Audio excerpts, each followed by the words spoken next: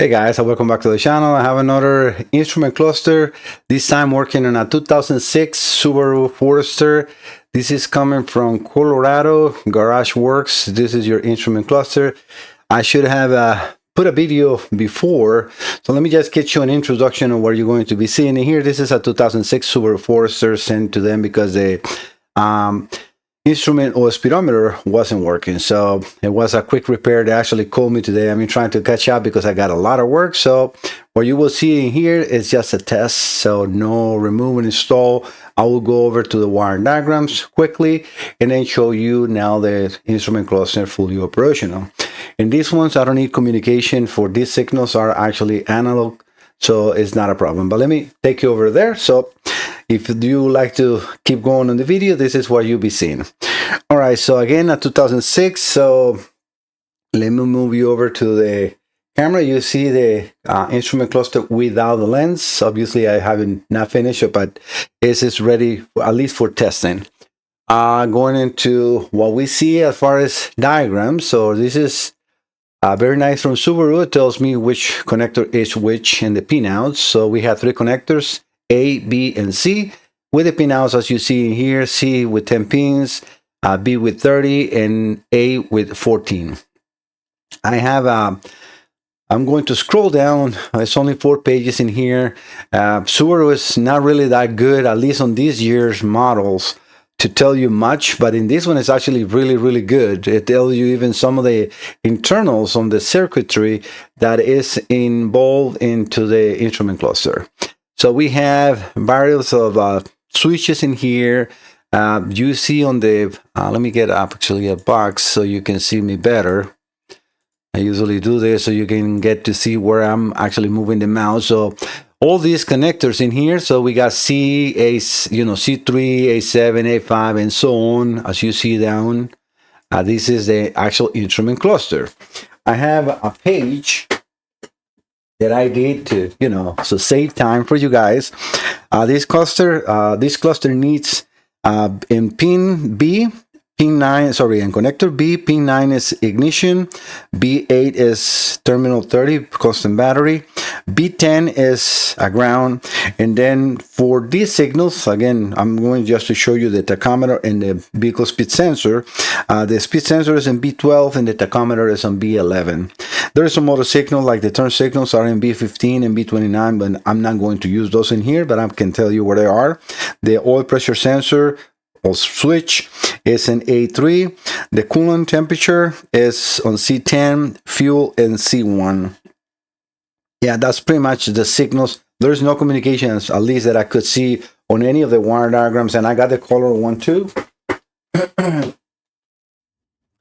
which I have on the other page in here. So you can see I mark in this page the main powers and grounds and so on, and we can see if I scroll down like how the coolant temperature sensor, let me grab out one of those red boxes again here. I'm going to make this a little bigger. So we got the coolant temperature sensor in here, and then it goes on to the C10, as I said. Fuel level sensor, if we follow it, is in C9. Did I say C9? Yes, I thought I said C1 and it's C9. Sorry, that was my mistake because C1, oh no, it actually uses two sensors. No, it's actually correct. And I'm going to show you why. Because if we follow here, so we have fuel level sensor and fuel level subsensor, right? So this one will come over to pin connector C, pin 9. But it's also going into the engine controls. The C1 goes directly, well, actually it's also in the engine controls, and it goes on to the other side of the fuel level sensors. If we go over to those signals, I'm going to show you on the original one, which is how I decipher this. So if we look for the C1 and C10, which should probably be on the next page, or in the following one.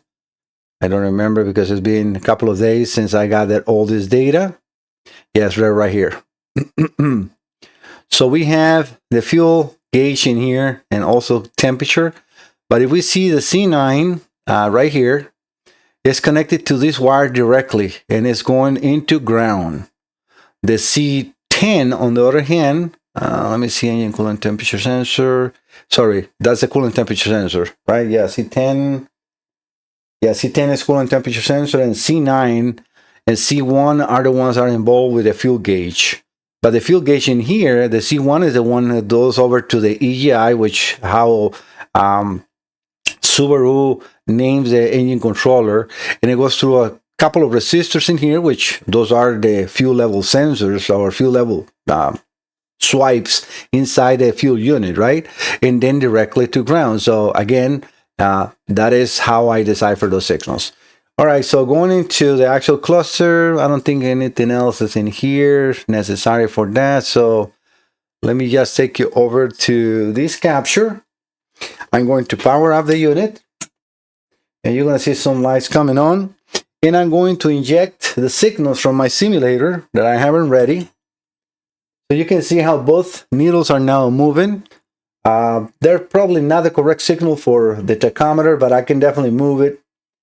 You can see how now the speedometer is going up and down nice, and I can go all the way up to, you know, maximum speed, and then come back in a very nice sweep, and it's going down. I don't want to keep going too much with this because this is adding miles to the actual cluster, and as long as I don't go into too many miles, it's good, but I don't want to create an issue where and I don't think that is really the case with this old style clusters, but you don't want to do something like that on a BMW or an Audi, because most of the modules store mileage as the same as in Mercedes. So if you add I think it's the most is like a 5 miles difference in between one to another, and that will consider good, but if it's greater than that, it will block the car from starting.